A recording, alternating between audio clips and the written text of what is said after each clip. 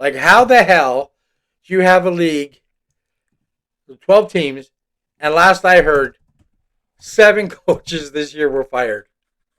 That's Yeah, like that's almost 60% of the coaches fired.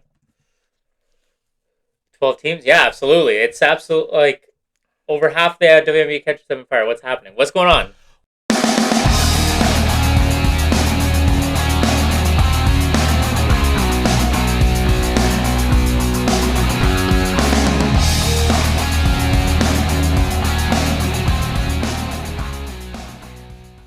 Welcome back, Out of Bounds Sports Podcast fans. We are back after a 1 week hiatus with a bunch of moving around. We are officially back here for podcast episode number 26 of our situational weekly series.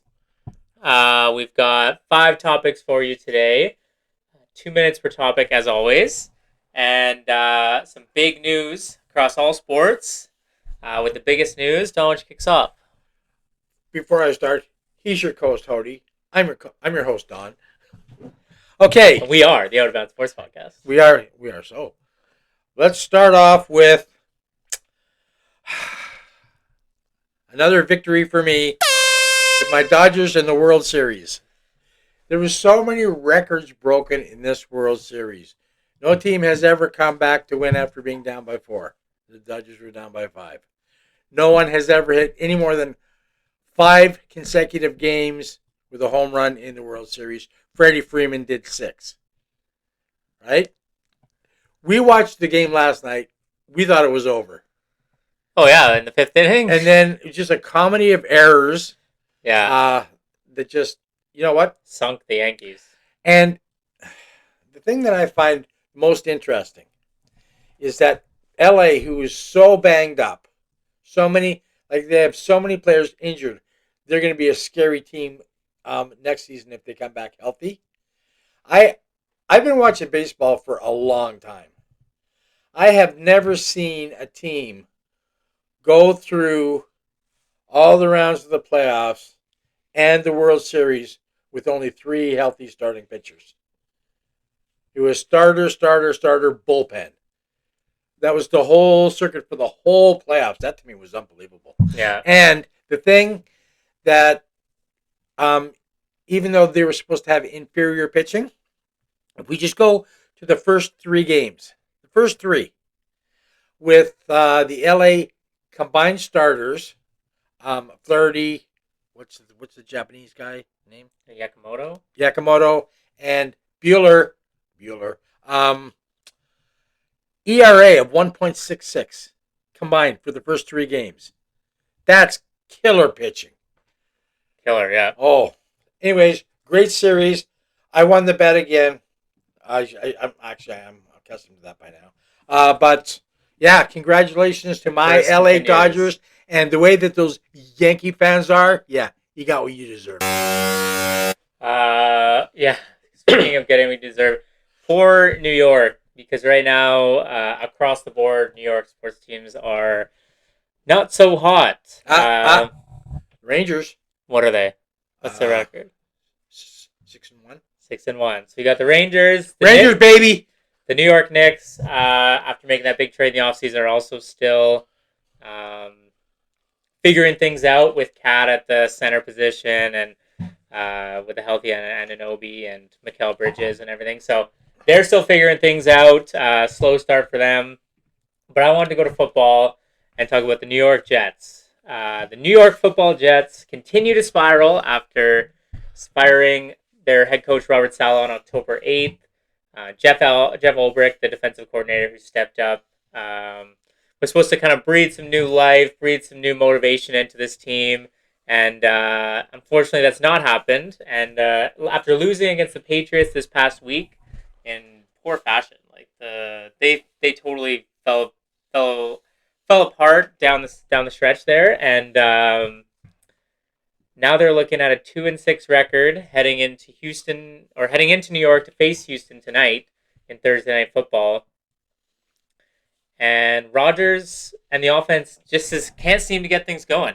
And I saw something crazy. He was talking, I guess, in an interview or something. He said he got breathing new life, or was drinking from the fountain of youth. One of his teammates was telling him about cayenne water. Cayenne water may be the fix for this spiraling team. Good luck for that. What a joke. Rogers, I mean, they've got a great team if you look at them across the board. Great young offensive players, great young defensive players. They finally signed Hassan Reddick, which that whole situation's been a mess since they traded for him in the offseason. And right now, the New York Jets are sitting at a 10.5% chance of making the playoffs. That's not too good. But definitely they were a division favorite against in the East, but Buffalo looks to have that one wrapped up at this point. And I will say this quickly, but there is good news for New York. You can either be a fan of the Jets or the Giants. It doesn't matter because they're both the same. Unfortunately, now Zach Wilson has the most touchdown passes in New York for a New York team since 2023. All right. Next topic. Do you know what's going on? You have any idea what's going on in the WNBA? Like, how the hell do you have a league with 12 teams, and last I heard, 7 coaches this year were fired? That's that's almost 60% of the coaches fired. 12 teams? Yeah, absolutely. It's absolutely over half the WNBA catches them fired. What's happening? What's going on? Well, I know that the coach for the Fever, Christy Sides, she got let go because they say that she couldn't bring her players up to their potential. But I believe maybe that was only part of it. The other part was when Clark was getting the snot kicked out of her, she was not defending her. It's like, well, no, that's just a basketball play. No, it's not a basketball play. Okay? You don't walk up to someone, fucking cream them in a basketball game when they don't even have the ball. It's not a basketball play. So, anyways, I believe that the next coach for Indiana will be the coach that just got fired from the Connecticut Suns. How do you fire a coach that gets you one game away from the championship? It's insane. Yeah, well, I guess we could look at the past and see if they've just come up short all across the board. When was the last time Connecticut Sun made the playoffs? Yeah. Maybe they need something else. That could be the only reason I can see. Well, make it that close. I would like to see her coaching the Indiana Fever. Over. Done. All right. Ballon d'Or was this past week. For those of you who don't know, that is pretty much the best player in soccer. It's an international award, so it's a pretty prestigious award. It's been dominated the last 15 years by 2 players, Lionel Messi and Cristiano Ronaldo. And this year, with both of them having kind of left Europe's top 5 leagues, one's playing in Saudi Arabia, the other's playing in the MLS, their relevance in international soccer has slightly diminished. There's just not as much prestige playing in those leagues, even if you are dominating. Like Messi is absolutely crushing it in the MLS, but it's hard to compare him to players that are playing the best of the best and doing almost as well. But it was a little bit controversial this past week because Rodri, the Spanish player, who I absolutely love, he played the position that I played when I was younger, and so I just have such an appreciation for these kind of guys that, not the showman, not the full goal scorer. He's not out there, scoring 3 goals a game or anything like that, but he's the silent killer. He is the one that dominates the midfield, is creating offensive opportunities, and also tracking back and making defensive plays as well. I love these kind of players, and for him to win the award is pretty cool because, like I said, they're not flashy, they're not exciting, they're not, but they are special. And a little bit controversial because the Real Madrid star Vinny Jr., who has had a very good past year as well, was the favorite to win it, and he didn't. He was beat out by Rodri this year. So, congratulations to Rodri. I have more to say, but we're a little bit over on this one, so maybe I'll talk about it next time. Okay, what's the last topic? Yeah. 5th topic is the NBA. 10 days of NBA we've seen so far. And just kind of what's going on. Cavs, big storyline. They're 5-0. They spoiled LeBron's comeback back to Cleveland last night. That's unfortunate. Bronny did score his first points in the NBA as well in that game. Probably his last. Yeah, they did say that Bronny, he did play the opening game. He hasn't played many minutes after that.